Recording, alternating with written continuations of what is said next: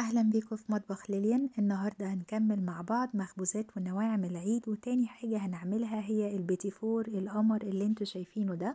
شايفين شكله جميل وأحلى كمان من اللي بنشتريه من بره، بمقادير مظبوطة جدا، بيطلع ناعم وبيحتفظ بشكله بعد السوا. وأحلى حاجة ان احنا عاملينه بإيدينا في البيت، مستخدمين زبدة نوعها كويس وعارفين احنا حاطين فيه ايه.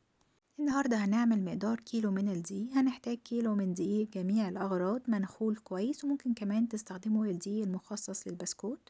أهم حاجة إن احنا لازم ننخله مهما كان البراند اللي انتوا جايبينه. هنحتاج كمان 800 جرام من الزبدة بدرجة حرارة المطبخ أو ساقعة شوية بس مش جامدة قوي، قطعناها مكعبات صغيرة كده. وتالت مكون معانا 200 جرام من السكر الباودر، طبعا لازم هننخله قبل ما نحطه على الزبدة. ومعانا 3 بيضات بدرجة حرارة المطبخ. البيض بتاعي كان كبير فأنا استخدمت 3 بس، لو البيض بتاعكم صغير هتحتاجوا 4 على المقدار ده. وطبعا هنحتاج فانيلا هنحطها على البيض.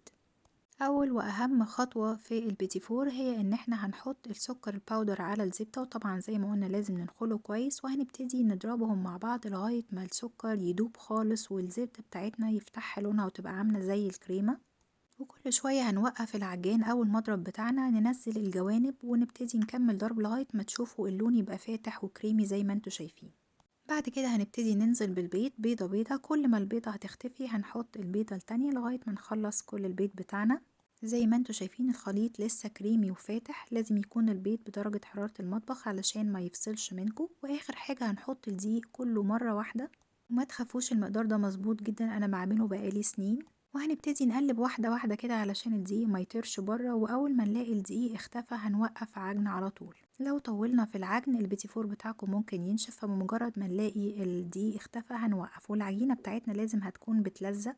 النهاردة انا هستخدم الكيس الحلواني والقمع اللي هو شكل الورد دوت في تقطيع البيتي فور، بينجز في الوقت قوي. اهم حاجة ان انتوا ما تحطوش كمية عجينة كبيرة فيه علشان تعرفوا تستخدموه. ممكن تعملوا بقى الشكل الوردة، ممكن تعملوا الشكل اللي بالطول دوت، ولو في اي حروف كده طالعة منه بصبعنا بنطبطب عليها بالراحة علشان ما تتحرقش في الفرن. نكمل تقطيع البيتي فور بتاعنا ونشغل الفرن على درجة حرارة 180. كل صينية هتاخد حوالي من 20 ل 22 دقيقة في الفرن. واخر جزء من العجينة حبيت اعمله بالكاكاو، حطينا معلقة من الكاكاو وعليه معلقة من الزبدة علشان تعادل نسبة الكاكاو، ونسويه في الفرن بنفس الطريقة. بعد ما خلصنا كل التسوية بتاعتنا شايفين مستوي حلو قوي، لونه ذهبي من فوق ومن تحت، ولازم نسيبه يبرد خالص قبل ما نبتدي نزوقه.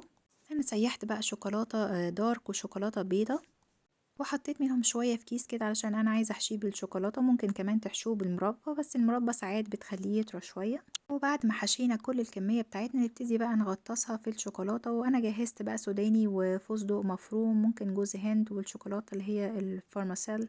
اي حاجة عايزين تزوقوا بيها وموجودة عندكم ممكن تزوقوا بيها. وطبعا بنحط على الصينية بتاعتنا كيس بلاستيك علشان الشوكولاتة ما تلزقش في الصينية. لو حابين ان انتوا بدل ما تعملوه بالكيس الحلواني عايزين تعملوه في مكنة البيتي فور، هتزودوا على كيلو دقيق 3 معالق دقيق بالظبط وتستخدموه عادي في مكنة البيتي فور. ولو حسيتوا ان العجينة بتلزق شوية دخلوها التلاجة ربع ساعة، وطبعا بنغطيها. بس انا بفضل طريقة الكيس الحلواني لانها بتنجز جدا في الوقت، وكمان من قمع واحد طلعنا كذا شكل. وده شكل البيتي فور بعد ما خلصناه. جربوا تعملوه في البيت، هكتب لكم تحت الفيديو المقادير بالكوب وبالجرام.